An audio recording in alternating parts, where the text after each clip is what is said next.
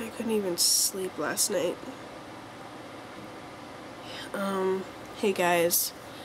So, as you probably already know, my father passed away yesterday morning around 10:30, give or take, around there.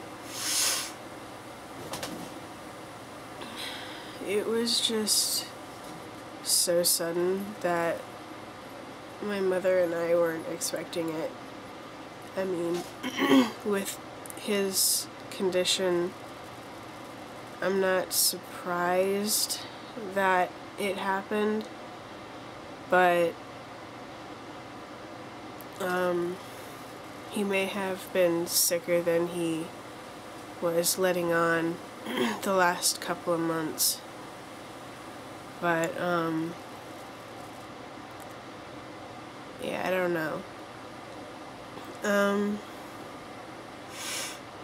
My father was post-polio, so he had basically been wheelchair bound since he was 6, and he was like 64, 63, something like that, which for someone with post-polio to the degree that he has it, he's, I guess, would be classified as a medical a medical miracle. That's the word I'm looking for. Because there's literally nobody with post-polio to that degree that's 63, 64. I mean, that's just, it's unheard of.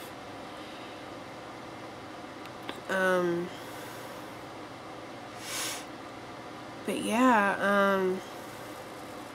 I'm not even entirely sure what happened because I was gone for a week and a half. I went to Colorado into VidCon. Then I got home 2 weeks on Monday. And I had gotten sick, like, I started feeling sick the day after I got back, so that was Tuesday, which would have been August 2nd.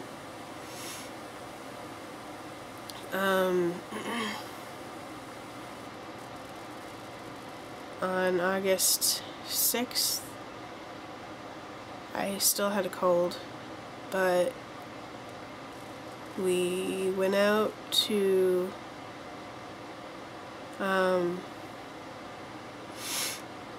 Goodwill, which is like one of his favorite stores, and shopped around at Goodwill. And he found a book that he wanted there, so I got him the book. And then we went to the Goodwill bookstore and bought several more books that he wanted. He mainly bought Florida history type books because he was working on a western based in Florida. And then 1,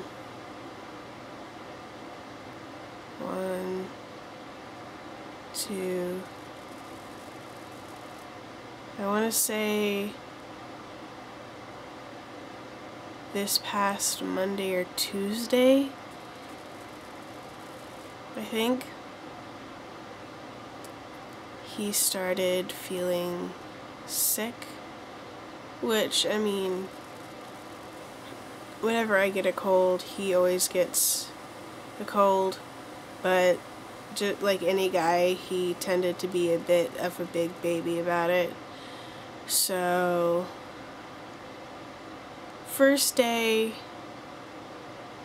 first couple of hours, he acted like he normally would whenever he got a cold, but it quickly deteriorated from there, and it was like he was practically in a coma, and he was incoherent a majority of the time. Like, you had to ask him like 4 or 5 times to repeat what he said because you just couldn't understand him. And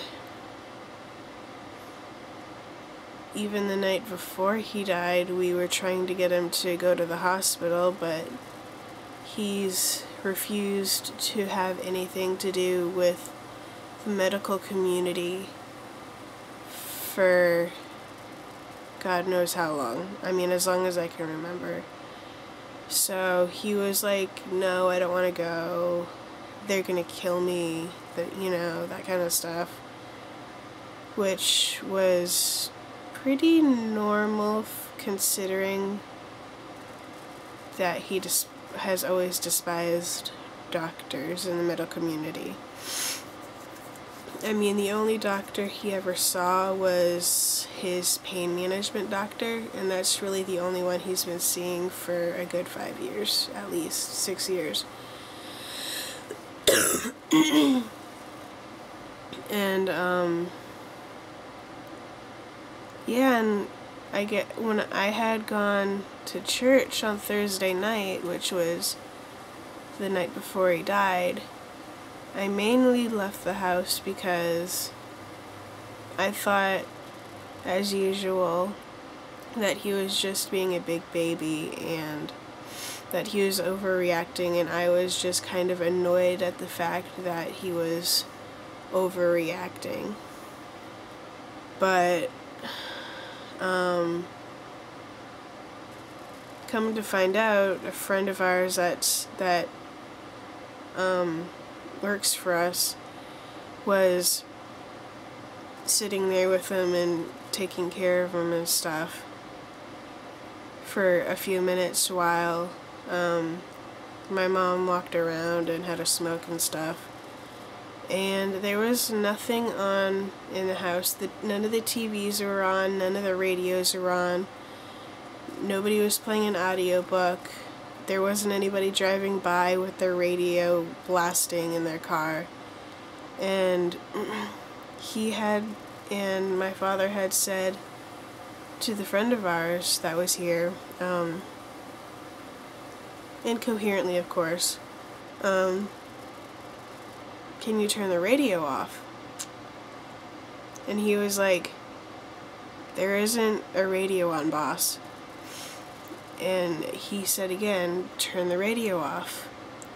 Boss, there isn't a radio on. You know, so, and, you know, it was, I guess he kind of started going in and out the night before, on Thursday night, while I was gone. And then yesterday morning, I guess around 8 or so, or early that morning, like, I don't know. It was before 9 o'clock. He was starting to say, like, I see them. They're right there. You know, that kind of stuff. I mean, not exactly what he said, but that kind of stuff. Like, I see them. They're right there. You know. And then my mom says around 9 o'clock, I was still sleeping at this point because I had gone to bed till like 5 in the morning. Mom said that he said around 9 o'clock, which was between an hour and an hour and a half before he passed,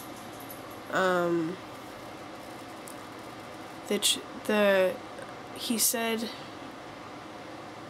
that the railroad cars are coming. And my mom's like, what? What are you talking about? And he says, the railroad cars that are coming to get me to go home.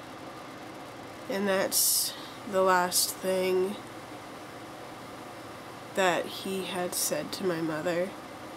And out about, I think it was 10:30, Mom, I'm still sleeping at this point. I'm sprawled out on my bed. My mom runs in and she's like, Eric's not breathing, and she's on the phone with 911. And I jump up and I'm like, I need to put a shirt on. No, I need to go do CPR. So I just grab a blanket and wrap it around myself. And I didn't even give a second thought because, I mean, I just go in there and do CPR, and the only thing I'm thinking is it's been since like 2006, 2005 since I even took this CPR course. I don't even know if I'm doing this right.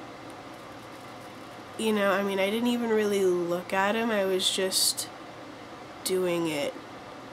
And then when the paramedics came, I just walked out of the room and got dressed, washed my face, and brushed my teeth. And I knew I didn't even think about the fact that he was gone, because I heard the paramedics say it like in the other room, but I mean, I didn't even really look at him.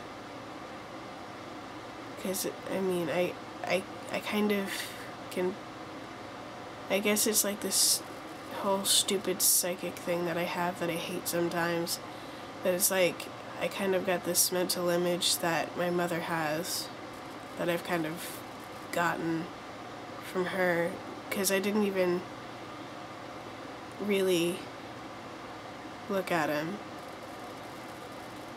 I don't even know if this makes any sense. It's like I was doing CPR on him, so you would think that I would have looked at him, but I literally had just woken up and I wasn't even all there yet.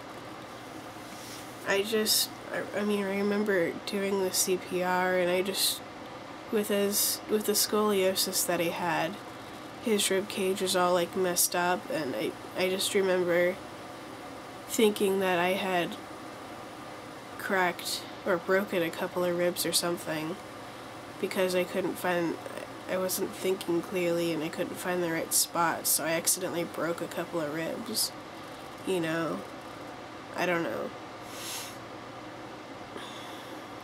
It's like I wasn't even doing it right, and I knew I wasn't, but it's like I almost knew that it really didn't, it's not that it didn't matter, but I'm gonna sound horrible, I sound horrible saying this, but it's like it wouldn't have made a difference, because he was already gone, you know, like what difference would it have made? I mean, I maybe finally got it like the last 2 tries before as the paramedics were walking in, you know? And we were staying over at my mom and I were staying over at my aunt's house last night, and of course I was awake all night, and I couldn't fall asleep. It's about 9:35 in the morning right now, back home, obviously. And I was trying to sleep again, but I couldn't sleep. At about 3:45 this morning, I was on Facebook replying to some stuff, and I just remember hearing like this steam engine whistle that lasted for like a solid 30 seconds. I mean, it wasn't like clear, but it was like in a different dimension, kind of. You know, it was really weird. And it kind of was, and I kind of laughed up to myself and thought, well, I guess my dad's train arrived home.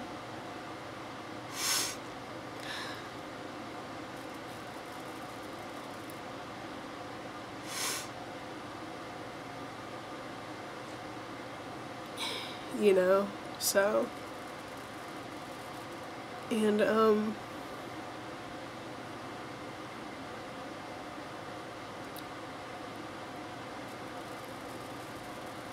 I kind of just sat there for a minute and I cleared my head.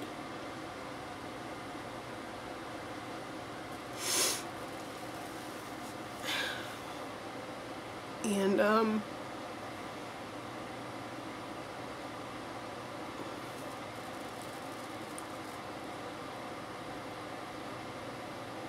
so in like my subconscious mind, I heard somebody say, "Your dad wants to talk to you."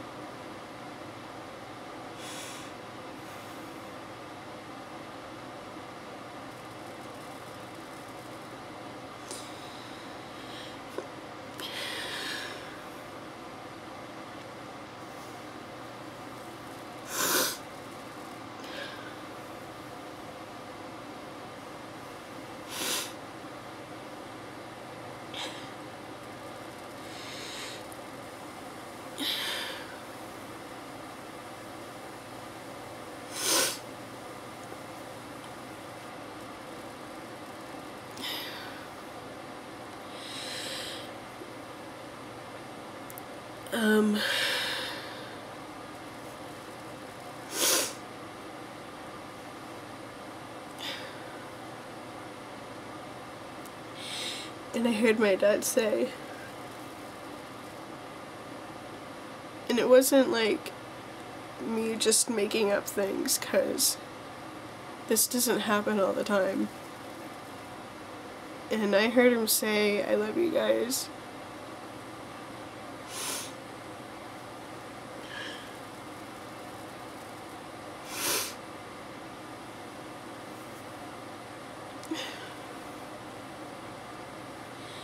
Everything's gonna be okay.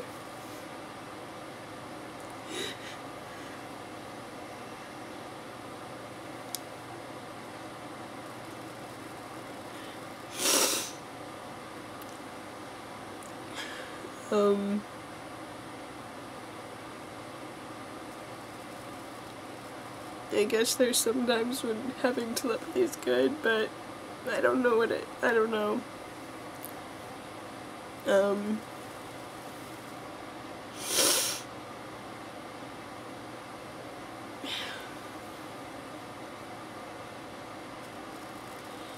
Now it's just weird, 'cause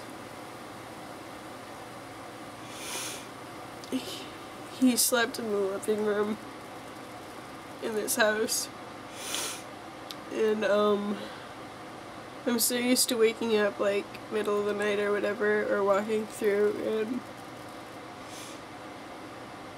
seeing him laying there watching TV, working.